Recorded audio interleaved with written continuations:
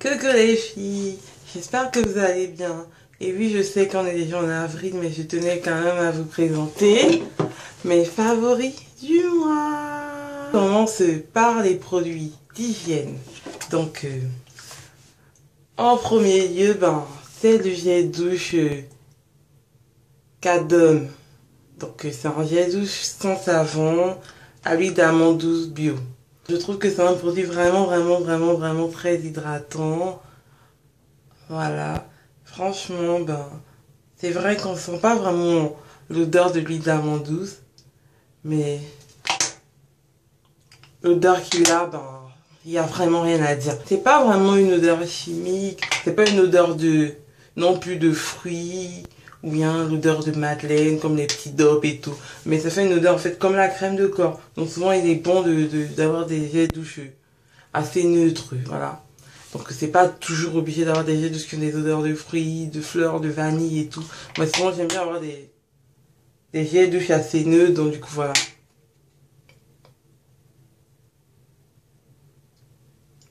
En plus, ce que j'adore chez lui, c'est que c'est un gel douche qui est sans savon, mais du coup on ne sent pas que c'est un gel douche sans savon. Vous connaissez la gamme Yves Rocher, ils ont des gels douche avec des odeurs de fruits. Donc quand on utilise ces gels douche, on sent vraiment qu'il n'y a pas de savon, quoi. Tu sens que tu t'es lavé avec du fruit, avec une texture gluante, mais ça ne mousse pas. Mais celui-là, il mousse, quoi. Donc j'ai pris, voilà, celui pour les peaux délicates et tout, voilà. Donc j'adore l'odeur. J'en avais deux ce mois-ci, il me reste que ça. Et dans la moitié, je l'ai utilisé pendant tout le mois. Voilà. J'adore l'odeur. Bon, en deuxième position, l'eau micellaire de Yves Rocher de la gamme C'est Beau Végétal. Donc moi, je l'utilise comme lotion. Voilà. Elle remplace l'eau précieuse. Franchement, je suis contente parce que, enfin, nous les filles qui avons des peaux mixtes à grasse, oui, parce que j'ai la peau sensible, mais souvent, voilà, il arrive que j'ai la peau grasse, voilà, et mixte. Donc, on a enfin notre eau micellaire. C'est juste magnifique. Parce que, franchement, c'est juste bien, je l'adore. Je l'utilise dans ma routine le matin avant de me démaquiller et le soir, après m'être démaquillée, m'être lavée et tout, je l'utilise juste pour apaiser ma peau et tout. Par contre, pour l'odeur, vraiment, il y a une odeur, je crois, c'est vraiment pas une odeur d'huile. Parce que la plupart des eaux micellaires, il y a comme des odeurs d'huile à l'intérieur.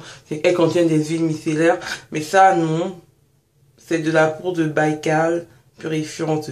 Voilà, c'est bien pour le visage et les yeux. Franchement, elle peut servir aussi de démaquillant pour les yeux. Moi, je l'ai utilisé plusieurs fois comme démaquillant pour les yeux et j'ai eu aucun effet secondaire. Donc voilà, elle coûte pas trop cher. Je vous mettrai le prix après, en haut, quoi. Je vous mettrai le prix en haut. Donc juste magnifique, j'adore l'odeur. Ça sent, voilà, ça n'a pas une odeur d'huile et c'est juste. En troisième position, mon petit chouchou du mois, la mousse nettoyante et honte. Oh, que dire de plus sur elle? Je l'adore, regardez. Je suis déjà à ce niveau-là. Oui. En même pas un mois. C'est trop mignon. Je l'adore, je l'utilise tout le temps. Franchement, je sais pas qu'est-ce que je peux dire de plus à ce sujet. Si vous voulez savoir qu'est-ce que je pense de ça, j'ai fait une revue à ce sujet. Je vous mettrai en barre d'infos, le lien de la vidéo. Vous pouvez aussi le voir en bas de la playlist. Voilà. C'est vraiment mon chouchou du mois et je l'adore. Voilà. En quatrième position. Yes! Un gel démaquillant de Nivea que j'utilise essentiellement pour faire du sport. C'est mon deuxième paquet et il est déjà presque utilisé. Voilà, là, il démaquille super bien. Donc voilà. Normalement, quand je fais du sport, je les utilise. On n'a pas besoin d'utiliser plus de deux. Quand je me maquille assez en mettant le fond de teint, la poudre, l'anti-cerne et tout, j'en utilise deux. Pas plus. Mais quand je mets juste la poudre sur mon visage, une bébé crème et tout, j'en utilise un seul. Comme là, par exemple, je suis maquillée assez léger, comme vous pouvez le voir.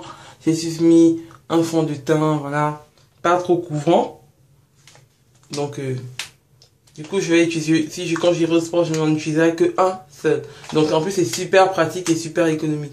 Je vous ai dit, ça enlève le fond de teint, ça enlève, surtout pour le mascara waterproof, c'est juste super efficace. Donc moi, ça me va. Quand je mets mon mascara waterproof, j'adore l'utiliser. Voilà. Ensuite, on passe du côté beauté.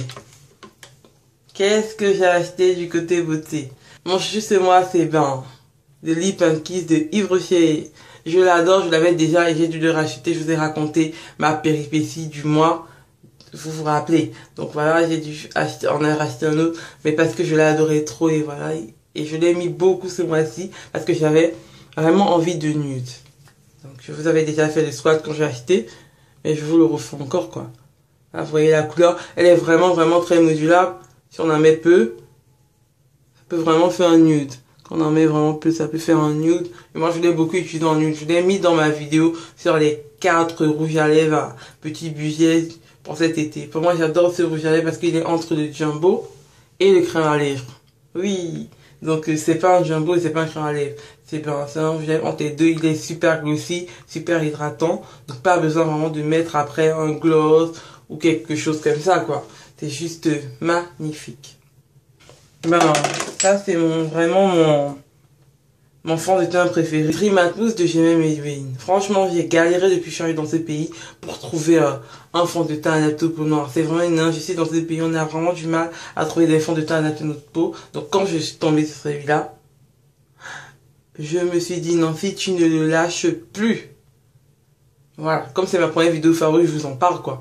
Mais franchement, c'est mon fond de teint chouchou. Franchement, toutes mes copines elles sont folles de lui chaque fois. Elles disent, oh, mais gentil, ça te donne trop de lumière, ça te donne vraiment un effet de lumière et tout sur ton visage. Je dis, oui, c'est mon fond de teint chouchou, je l'adore. Je n'utilise pas d'autres fonds de teint de chez Maybelline parce que, les autres fonds de teint, il n'y a pas ma couleur. Et celui-là, quand je le mets, ça m'évite souvent de mettre de la poudre. Allez voir ma vidéo sur le défi des youtubeuses beauté de France et vous verrez. Et quand je le mets, la plupart du temps, je ne mets pas de poudre parce que vu qu'il est mousse, donc à la fois poudre et liquide. Donc pour moi, pas besoin de mettre la poudre, je mets juste une base fixante pour pouvoir massifier mon teint et fixer le produit. Liquide en couleur café, voilà. Ensuite, un autre fond de teint que j'ai adoré, c'est le Full Stick Protection de chez Kiko.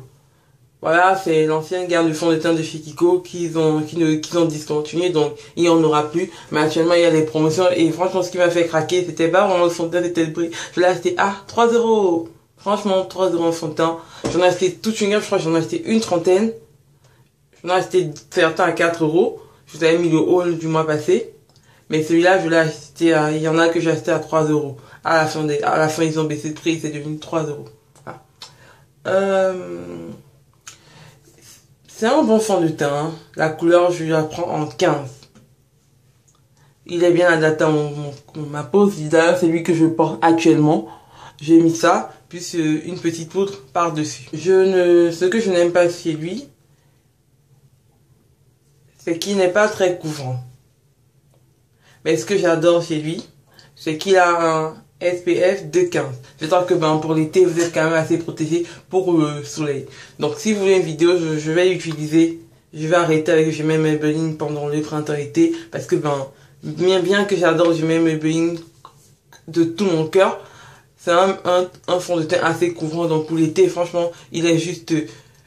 Je suis très mal à l'aise quand je le porte parce que quand je transpire et tout, je n'arrive pas à bien respirer, je transpire des dégouline de partout, donc ça me dérange. Donc en été, j'utiliserai celui-là ou une bébé crème, donc je le mettrai. Si vous voulez une vidéo sur ma nouvelle routine beauté et visage de printemps-été, dites-le moi, likez la vidéo et dites-le moi en commentaire et je vous ferai la vidéo. Donc ça avec le SPF de 15, c'est juste magnifique pour les rayons de soleil et tout.